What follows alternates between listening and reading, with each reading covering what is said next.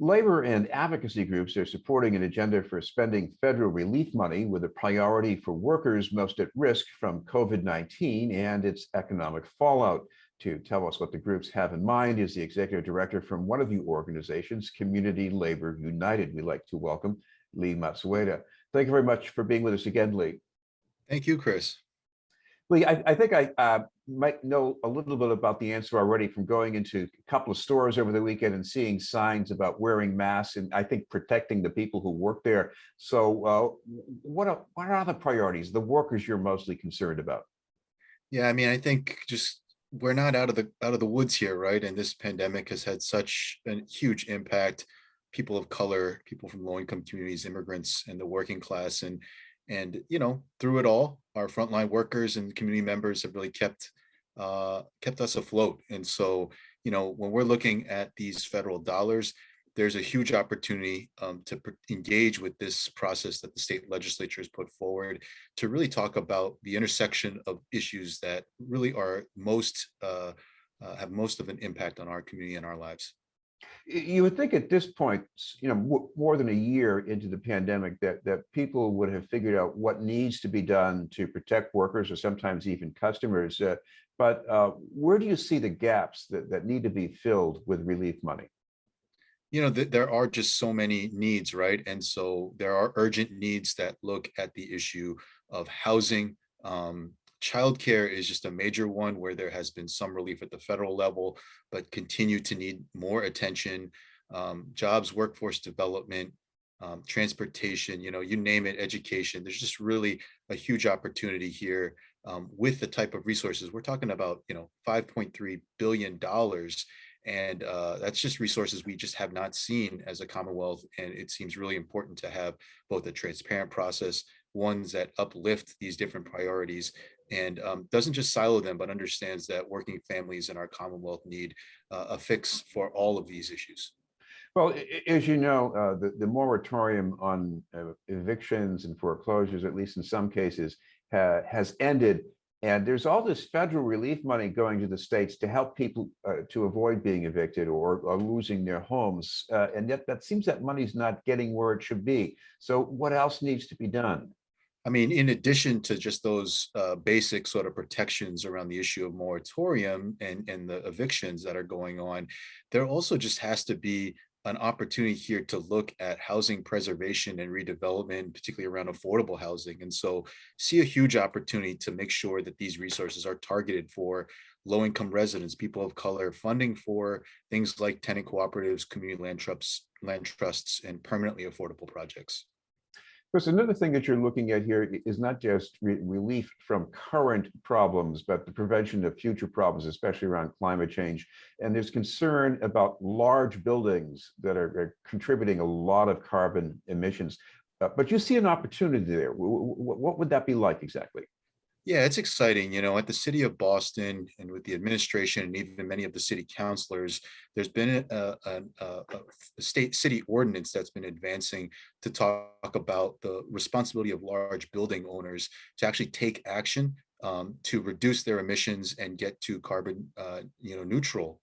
And so I think that's really promising. Those discussions have been ongoing, and the hope is that the ordinance will actually move before our city elections and state elections come this fall. So I think there's a huge opportunity to make major progress, to be one of a handful of cities across the country that are really looking at how do we make sure there's a responsible approach to reducing the emissions of the largest building owners in our city, which really account for over 3/4 of the emissions that are put out by our city.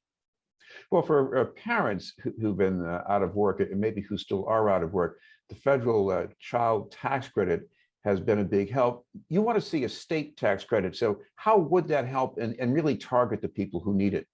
Yeah, I mean, I think I'll just start by saying we know this, right? Parents, relatives, friends, women in particular have just done so much for our children and our families where there just hasn't been much, other safe places to go. And women are leaving the workforce at an alarming rate. And so I think we believe that to keep families on their feet, to get people back to work and women back to work, this child tax credit here at the state of Massachusetts could actually provide additional support for families where they could actually receive a refundable credit for children ages 0 to 12. This would require a major investment from the state. We have the sort of infrastructure in place to make that happen. And we just want to make sure that the resources are going to the families, because right now, a lot of the relief is going to the large care providers. And what we know is that during the pandemic, again, it's just really come down to parents, relatives, friends that have really played such a key role. And we want to make sure resources go there, and the tax credit would help do that. Lee, even before you were with the Community Labor United, you were a longtime advocate for fair access and affordable access to public transportation. What about now at this particular period? You want to use relief money. What's the critical need in terms of transit? It's a great point. I mean, I appreciate you bringing it up. In addition to families needing adequate care to get back to work, we're also going to need affordable access to public transportation. Obviously, this has been an issue before the pandemic, people struggling to afford bus and train fares. And just given the unemployment numbers, economic hardship of the past year, people are really struggling. We don't want them to have to make that painful trade-off between paying for a fare to get to wherever they need to go as an essential worker, or buying groceries, or paying rent. And so what we're asking for is resources dedicated to support the beginning of a low-income fare at the MBTA, as well as fare-free programs for regional transit authorities across the state. And this would really help keep money in the pockets of low-income riders, allowing them to spend it on other critical needs, support their families, and help our Commonwealth in its economic recovery. By the way, hazard pay, where is that needed where it isn't being given already?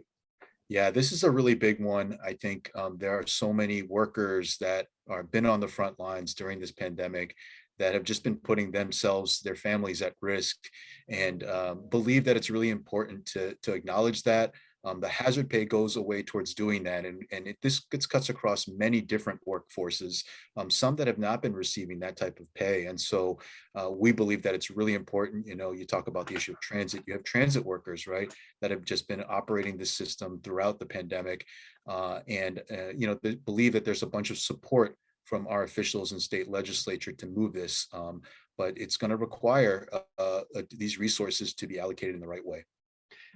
Another category of workers, people in the performing arts. I know we're just starting to see recovery in terms of live performances with audiences, but we're not all the way there yet. So what do they need right away? Yeah, you talk about these folks, and in the performing arts, you have folks that have just been, like the restaurant industry, just really struggling to maintain and keep their doors open. And with the potential, right, for us to slowly start to reopen, there's just the need for us to figure out ways to support this industry that brings so much to our local economy, and again to these families. And so as a part of that, we're just looking at how to make sure there are resources put aside, so that those folks that are in that industry really get some relief and are able to maintain. And I think, again, it's just another key part of our local economy. Well, thank you very much for taking the time to join us. Yeah, thank you, Chris. Really appreciate it. Good to see you again. Lee Matsueda from Community Labor United. We'll have more news in just a moment.